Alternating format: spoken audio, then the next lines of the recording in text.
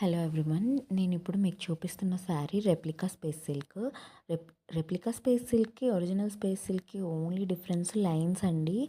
ఈ పర్టికులర్ శారీ అయితే full soft ఉంది, ఇంకా షైన్ అయితే మీరు వీడియోలో చూస్తున్నారు. జస్ట్ లైన్స్ వస్తాయి అంతే డిఫరెన్స్. సో ఈ శారీ 6.5 మీటర్స్ నుంచి 7 మీటర్స్ దాకా ఉంటుంది.